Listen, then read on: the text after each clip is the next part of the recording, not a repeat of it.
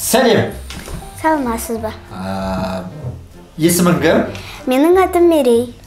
Мерей, жасың нешеде? Жасым 10-да.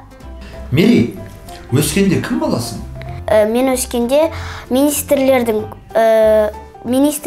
басынан қарайтын бас министр болғым келеді. Премьер-министр болғым келеді. Просто премьер-министрдің айлығы дұрыс болып тұр ма? Иә.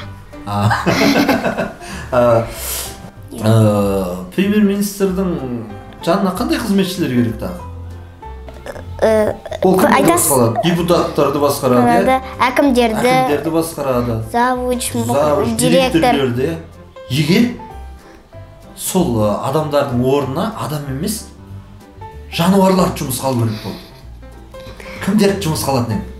Бірінші қоян, себебі мен өзім қоян жылымын.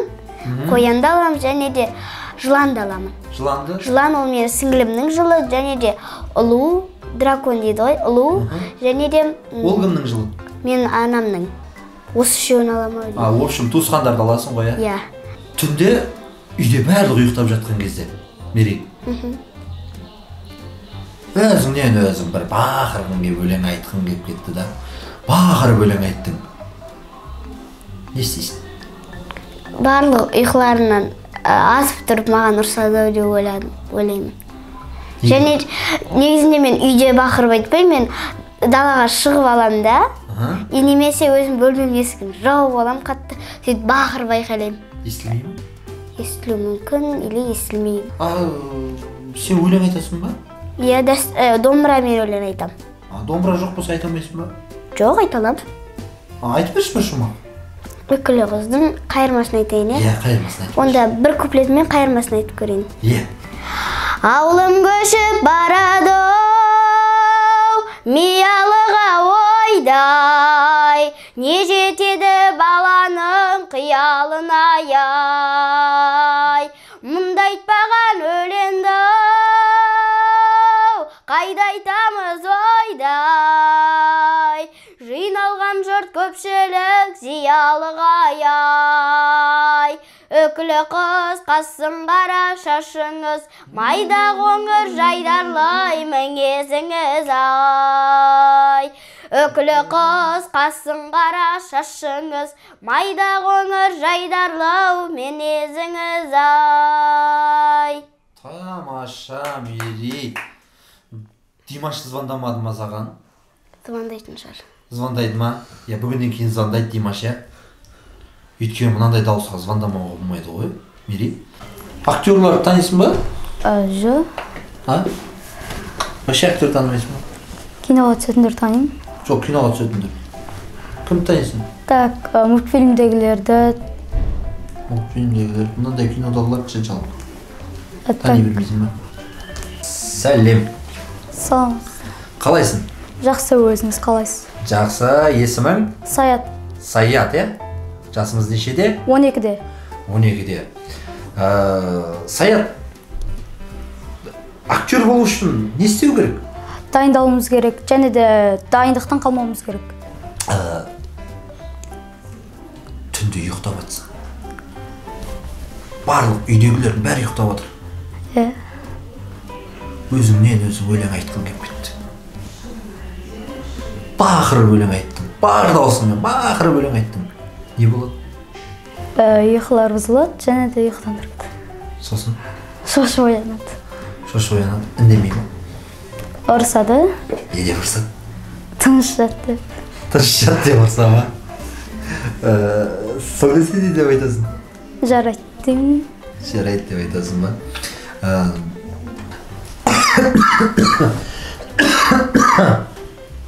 Деп біреу жөтелсе не істейсің? Сау болыңыз. Сау болыңыз дейсің ба? Қорқпайсың ба? Жоқ. Вирус шығып кетеді деп. Нәрсе, не сен үшін? Ең таңғалатын нәрсе көп жарыстардан өту. Сен болашақта әнші болмасаң, мысал үшін әнші болмадың дейік. Актер емессің. Басқа қандай мамандықта өзіңді көресің? Карате. Карате? Мәссаған. Каратист болғың келе ме? Мен басқа? Каратеге қатысам. Жүлделерім көп. Жүлделерім көп, ба? Сен сонда каратистсің ба? Иә. Каратисттің қасында тағы да қандай мамандар болады? Бапкерлер болады? Бапкерлер болады, сенсей, сенпай. Елестетіп көрші, Саят. Сол қасыңа бапкер, не деді? Сенсей, сенпай. Сенпайлардың орнына адамдарды емес, жануарларды алу керек болды. Қандай жануарларды алады? Жануарлардың сабақ берген көреді. Сабақ берген көресің. Тағы бапкерлікке кімді аласың? Соны айтшы, сол қызық болып тұр. Жылқыны аламын. 2 жылқыны аласың? Неге біреуіне? Сенпайға беріп қойдың осы оны? Сенпай бола берсін, бапкерлік. Екеуі де жылқы бола берсін ба? Сен көшеде келе жатсың да. Алдыңнан дәу ит шықты. Қашам? Қашасың ба не? Неге жігіт емессің? Қауы баса ше. Қауы бала ма? Ол саған сөйледі. Саят қалайсың дейді. Жақсы өзің дейді. Саят қармашып тұр. Үйге барып нан беремін. Үйге барып нан бересің ба? Тағы не бересің? Болды ма нанмен қайтамын? Су беремін. Сен папаңда ақша көп па? Ақша жоқ па? Бар. Бар ма? Көп па? Папаң бай ма? Саған да бере ма? Қанша берді? Мама почтаға кеткенде папа жұмысқа бартқанда бізге 500 теңге тастап кететін. Үйде ма? Иә. Біздің жалғасаған. Жалғасаған? Иә. Жалғасаған не істейді? Ол мал шаруашылығымен айналысады, қымыран сатады. Мамада? Папада ше? Папада да көп. Папада да көп па? Папада. Папада? Иә. Мамада ше? Мамада одан сәл азырақ. Азырақ па? Иә. Папада болады енді, папа жұмыс істейді, айлық алады. Мамада ше? Мама қазір үй шаруасында тек кредиттер төлеу үшін папа мамаға ақша лақтырады. Үйде папада көп ақша. Папада ма? Иә. Мамада ше? Мамаға беріп тұрады. Мамам ұстайды ғой. Мамаң ұстай ма? Папа беріп қойған ба? Жоқ. Папа өзі ұстай ма? Өзі де ұстайды, мамам да өзі ұстайды. Айлықты алып келген кезде мамаға бере ма сразу? Жоқ, өзіне алады ғой, ал біразын мамаға береді, керек болса, анама береді. Ағамда. Ағамда? Қай ағам? Мағжан деген ағам бар, жұмысы иірімде гинеколог, анестезиолог. Үйде сода ақша көп па? Бәрін содан аласыңдар ма? Мамада, папада ше? Бар. Бірақ аз ба? Әкемде? Әкеңде ма? Мамаңда ше? Мама анда-санда береді. Атаңда? Мама мен папада ше?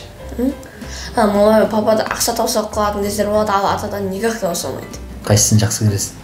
Екеуінде. Неге? Папада ақша көп. Өйткені мен анам туды. Бір сумка толы ақша тауып алдым. Не істейсің? Оны мұқтаж жандарға беремін. Не істегенде қайырымды қолыма беремін. Ақша адамға не үшін керек? Ақша адамға өмір сүру үшін, немесе өзіне денсаулық үшін. Өйткені денсаулық жарамаса, оны дәрі-дәрмек алу үшін оған ақша керек. Жұмыс істеймін деген адамдарда ақша көп, талпынамын, еңбек етемін деген адамдарда ақша бар болады, ал ақша жоқ, мен жұмыс істей алмаймын, талпынып өзінің мақсатынан төмен түсіп жатқандар, олар бай болмай қалады деп ойлаймын. Сондай ақшасы жоқ. Біздің бағдарламамызға келгеніңіз үшін үлкен рахмет, керемет сұхбат болды деген ойдамын. Жалпы сізге біздің бағдарлама ұнады ма? Әрине, ұнады, қатты ұнады. Несімен? Сұрақ қойғанмен.